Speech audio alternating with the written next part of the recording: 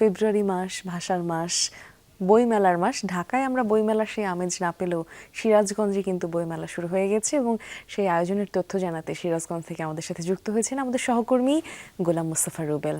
শুভ সকাল রুবেল, একটু আয়োজন নিয়ে জানতে চাই, কোথায় আছেন, আয়োজন কেমন হয়েছে, কতগুলো প্রকাশনী আসলো এবং প্রকাশক, লেখক, পাঠক সব মিলিয়ে কেমন চিত্র দেখছেন? শুভ সকাল জুবাইর এবং মিমি, সেই সাথে সকালের বাংলাদেশের সকল দর্শকদের। প্রিয় দর্শক, আপনারা জানেন যে আসলে অমর ২১ উপলক্ষে কিন্তু শুরু হয়ে গেছে বইমেলা। অর্থাৎ ঢাকায় এবছর তেমন একটি বইমেলা আয়োজন না হলেও সিরাজগঞ্জের সাজাদপুরে চলছে সেই বইমেলা। সেই বইমেলাকে আসলে কেন্দ্র করেই চলছে নানা আয়োজন। সেই আয়োজনের একটি দৃশ্য আপনাদেরকে দেখানোর চেষ্টা করি।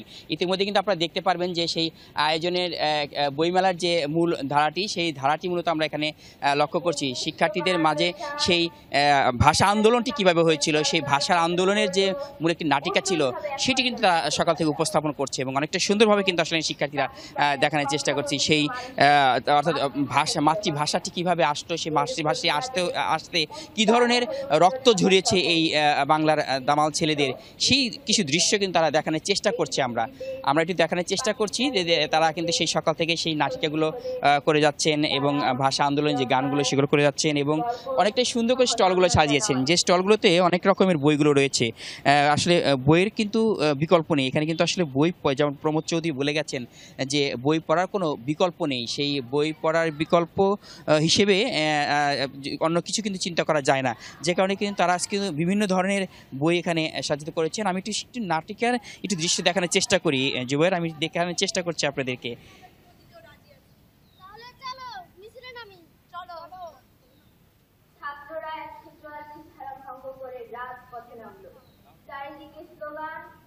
মাতৃভাষা বাংলা চাই, রাষ্ট্রভাষা বাংলা চাই, রাষ্ট্রভাষা বাংলা চাই। অর্থাৎ সেই রাষ্ট্রভাষা বাংলা চেয়ে যে বাংলার দামাল ছেলেরা যখন তারা মিছিল করছিল রাজপথে, সেই সময়কার দৃশ্য একটু তারা এখানে দেখানোর চেষ্টা করছে। আমরা একটু দর্শকদেরকে সেটা দেখানোর চেষ্টা করছি এবং সেই দৃশ্যগুলো কিন্তু আমরা দেখছি যে সেই সময় কিভাবে ছাত্রদেরকে রাজপথে গুলি করা হয়েছিল। সালাম, রফিক, জব্বারের মতো শহীদরা কিভাবে তারা মৃত্যুবরণ করেছিলেন, ঠিক সেই দৃশ্যগুলো তারা দেখানোর চেষ্টা করছে। যে রাষ্ট্রভাষা বাংলাটি কিন্তু খুব সহজে আমরা পাইনি, অনেকটাই রক্তের বিনিময়ে আমরা পেয়েছি। আমাদের রক্তের বিনিময়ে প্রাপ্তি এই ভাষাটা, যে কারণে কিন্তু এই ভাষাটাকে শুদ্ধভাবে হৃদয়ে লালন করাটাই কিন্তু আসলে এখানকার শিক্ষার্থীদের মূল কাজ। আমি একটু কথা বলার চেষ্টাও করব, বেশ কিছু অতিথিরাও রয়েছেন, সেই অতিথিদের সাথে একটু কথা বলার চেষ্টা করছি এবং তাদের দেখছি যে আজকে একটি সুন্দর একটি নাটিকাও কিন্তু আমরা লক্ষ্য করলাম। সব কিছু মিলে আজকে খুব সুন্দর একটি আয়োজন করেছেন। নাটিকাটাও, দৃশ্যটা অনেক সুন্দর লাগছে।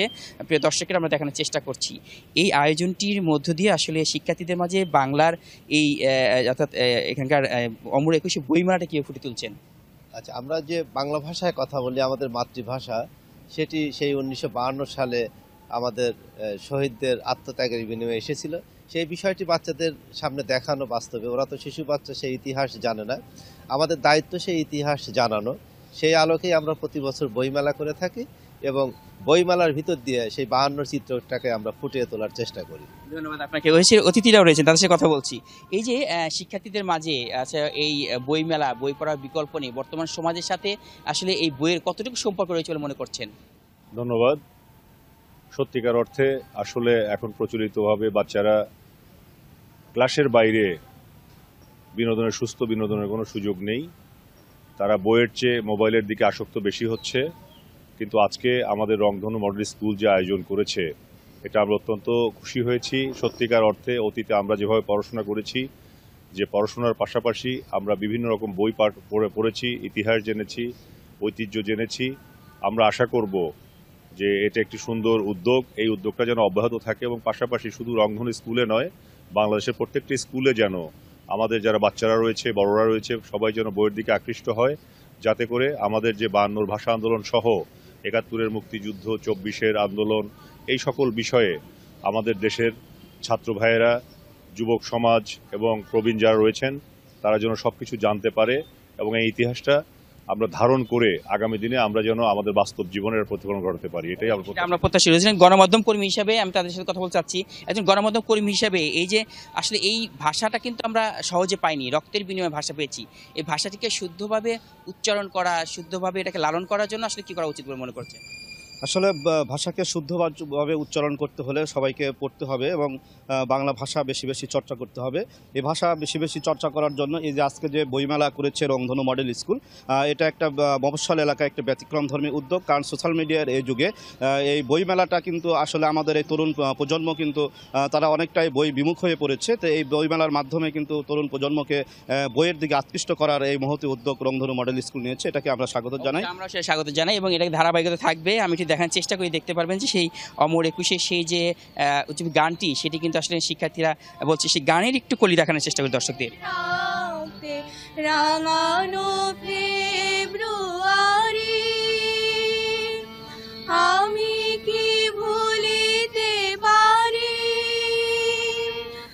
আমি কি ভুলিতে পারি। অর্থাৎ কখনোই ভোলা যাবে না এই ভাষার সেই স্মৃতিটি। এবং তো আমি কথা বলতে চেষ্টা করব শিক্ষার্থীদের সাথে। এখানে মূলত এসে আপনারা কী ধরনের বই পড়েন আপনারা? এখানে আমরা প্রায় সব ধরনের বই পাই, শিক্ষামূলক থেকে শুরু করে বিজ্ঞান, বৈজ্ঞানিক, ভাষা, সংস্কৃতি সহ সব ধরনের বই পাওয়া যায়। কী ধরনের বই শিক্ষার্থীরা বেশি পড়ে এখানে? এখানে আমাদের শিক্ষামূলক যে বইগুলো, যেগুলো আমাদের নীতি শিক্ষা দেয়, দেশপ্রেম জায়গায়, এই ধরনের বইগুলো বেশি পড়ানো হয়, যাতে পরবর্তীতে আমরা দেশের জন্য ভালো কিছু করতে পারি। ধন্যবাদ। একটু আমি চেষ্টা করব, কি বই পড়ছেন আপনি? এটা আসলে জীবনানন্দ। কেমন লাগছে? কি বই বেশি পড়তে বেশি ভালো লাগে? জি স্যার, কাজী নজরুল ইসলামের আমি যদি বাবা হতাম, তারপরে রবীন্দ্রনাথের বিভিন্ন উপন্যাস, বিশেষ করে গীতাঞ্জলি। আসলে আমাদের স্কুলে প্রতি বছরই বইমেলার উৎসবটি হয়ে থাকে। আসলে বই হচ্ছে আমাদের শ্রেষ্ঠ বন্ধু, আর এই বই মেলাই হচ্ছে এই বন্ধুত্বের মিলন মেলা। আসলে জ্ঞান পিপাসু শিক্ষার্থীরা এই উৎসবে হয় মানে তাদের জ্ঞানের মানে যে আগ্রহ, সেটি আরও সমৃদ্ধ করার জন্য। তাই আর কি আমিও জীবনানন্দ দাশের রূপসী বাংলার মানে বইটা পড়ে আমার মানে আরও জানার মনে খোরাকটা পূরণ করছেন। ধন্যবাদ আপনাকে। আসলে এইখানে আসলে মূলত আমি একটু দেখানোর চেষ্টা করি আপনাদেরকে, এসে কি কি কি বই আপনাকে বেশি পড়ছেন? আমি বিজ্ঞান সম্পর্কিত বই এখানে বেশি পড়ছি। কোন লেখকের লেখা বেশি পছন্দ হয়? মোহাম্মদ পারভেজ খান এর লেখা আমার বেশি পছন্দ হয়, কারণ তার বইয়ের মধ্যে বিজ্ঞানের খুঁটিনাটি বিষয়গুলো অনেক ভালোভাবে উপস্থাপন করা হয়েছে। ধন্যবাদ আপনাকে। আমি কথা বলার চেষ্টা করছি এখানকার যারা আসলে এখানে কোন ধরনের লেখকের বই বেশি চলে এখানে? এখানে হচ্ছে শেক্সপিয়ার, ইংলিশ এই বিষয়ের লেখকের বই বেশি চলে। আর আমাদের বই স্কুলের বইমেলাতে এই ইংলিশে শেক্সপিয়ারের বইগুলো বেশি নেওয়া।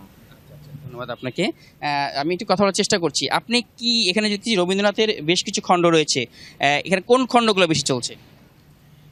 এখানে হচ্ছে গিয়া এগুলা সবগুলা অনেক বেশি চলে। তার ভিতরে অনেকগুলা মানে সবগুলাই চলে কম বেশি। তার ভিতরে রবীন্দ্রনাথ ঠাকুরের লেখা অনেকগুলা বেশি চলে, মানে ভাষা আন্দোলন সম্পর্কে অনেকগুলো। রবীন্দ্রনাথ ঠাকুরের বই এখানে বেশি চলার কারণটা কি?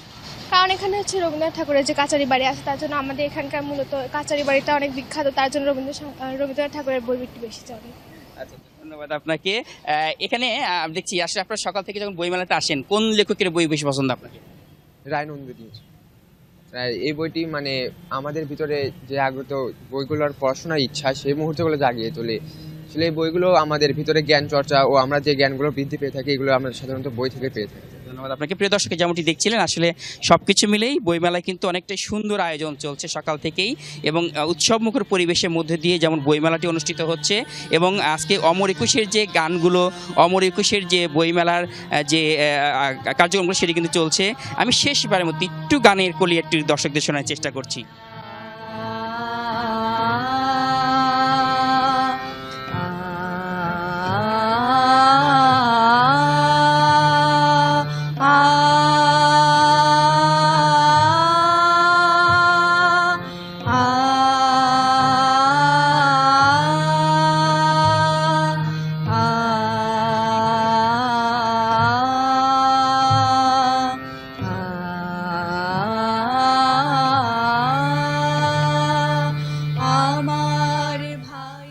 যে ভাষার অর্জন আমার গর্বে, যে ভাষার অর্জন আমার ত্যাগে, যে ভাষা অর্জন আমাকে বিশ্বে অদ্বিতীয় করেছে, সেই ভাষার প্রতি শ্রদ্ধা, ভালোবাসা, অহংকার প্রত্যেকের মনে থাকুক।